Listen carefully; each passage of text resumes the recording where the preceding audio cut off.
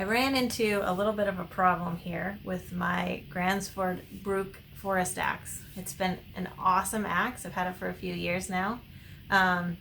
But the other day I went to grab it out of my rucksack and it completely sliced my finger open. Now, I don't know exactly how it happened, but what happened was that this leather cover that came with it has got sliced through. Can you see that? The axe itself, the blade is so sharp, and it actually sliced through the case. And what cut my finger open was that it cut through these rivets, and there was a big shard of rivet that surprised me and gave me a pretty good gushing wound for a while. So it's been about a month, and it's time to figure out how to make a new case. I checked out their website and they don't have any replacement ones of these available, but that's okay because actually ever since I first got this, like I said, I'm super happy with the axe. It's so sharp. This is an amazing tool. But partially maybe because it's so sharp, from the very beginning, the axe was starting to cut through. There's a cut here on the top because when you put the axe in, you have to tilt it like this, and then the top of the blade has actually cut through here more than once, if you can see that, but it actually cuts through that way.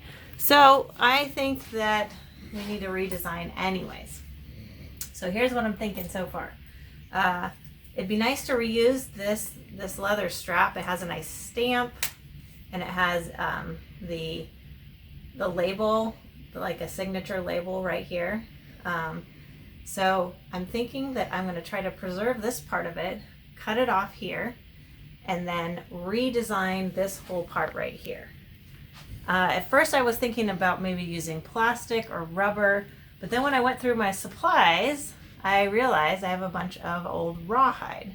So my plan is to create sort of a multi-layer cover out of rawhide. And then I found this too. I'm going to see if I can do this without buying anything. I found this in my leather stash as well. So it's not quite the same color, but it's pretty close. And this piece of, I don't know, upholstery leather or something that I got in the bulk section of the leather store a long time ago, I think will hopefully work even better than this. And then I haven't decided yet, but to sew it together, a couple options. One is this leather, I don't know, cord.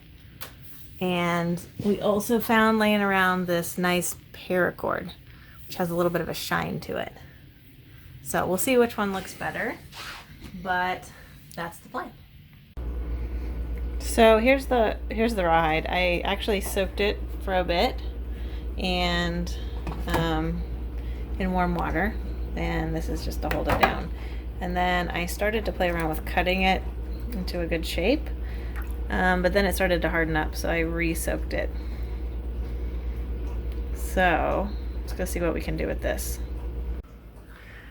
Okay, so here's the piece that I soaked, and here's what I'm thinking. It's gonna go around here, and I cut this thing here so that we can wrap it like that, and then I just have to decide where to cut down below, which I haven't quite decided that part yet. I think I want it to be a little bit longer than this one. And then, so most of my experience working with rawhide comes from making rattles. And I'm trying to remind myself of how I sew it together. And I think what I usually do is I use a punch like this, punch holes, and then I sew it up with sinew. So I'm gonna try something like that. This hopefully won't even show, because it's all gonna be on the inside of the cover. Got this part stitched up, and then holes punched. I'm working on punching the holes here. Okay, I got the stitching done on here. I realized maybe there's a little bit of a flaw in my design in that the inside of this stitching is potentially exposed to the blade. But I'm actually not that worried about that because rawhide gets really hard once it dries. And so really and it's going to be covered in leather as well. This is just the inner layer. So I think that the stitching won't even really be necessary once it's finished. It's like, if you're not familiar with rawhide, it's like once it's dry and hard, it's like it holds its form very well. Like I'm squeezing that hard and it barely deflects at all. Here's where we're at right now. I cut this part apart. Here's the old cover. I cut this off, so this is the part I'm trying to reuse. And then this is now dry. I did tie them together just to play around with it a little bit. So this can slide into here like that. And the next step that I'm working on is I'm working towards making another piece to this here that's going to cover the whole thing and be stitched onto here. At least that's the plan. All right, I've got this piece partially cut out now,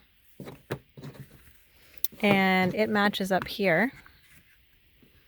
I'm going to sew that together. And then I've been playing around with this shiny gold paracord, which I think I'm going to use. I decided on that. And it looks like if I melt the end just right, I should be able to use the smallest punch in this whole punch. So I'm going to do that next.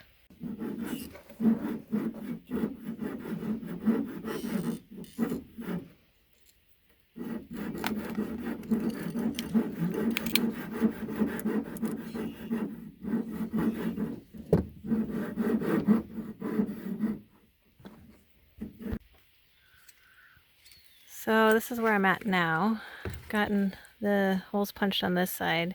I started on the top. The puzzle to solve is going to be how to get the rawhide piece that is here. This is hard to do. Okay. How to get the rawhide piece to stay inside. I haven't figured that out yet.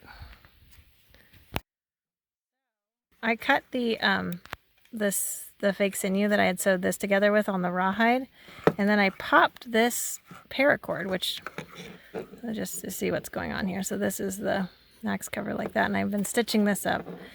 So here's my idea of how to get them all together. So I popped this in here, and then I think I can put this back like that. And what I'm hoping is, once I get it all tied, that's part of what will keep the rawhide inside the cover as I pull the axe in and out. Got this part stitched together, and the latest thing I've been working on is all the ends, which has been kind of a pain. I've been trying to tuck them in here and burn the ends with a lighter.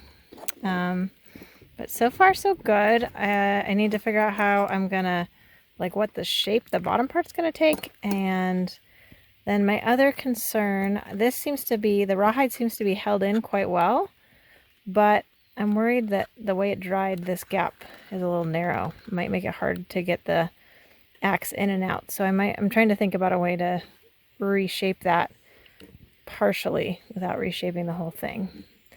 But soaking it is kind of out of the question now that it's like embedded in leather. So that's where we're at. I got the bottom part sewn here, and now it fits on pretty well. Doesn't seem like it's going to fall off or anything. What I tried was boiling some water. Usually I wouldn't put rawhide in boiling water, just warm water.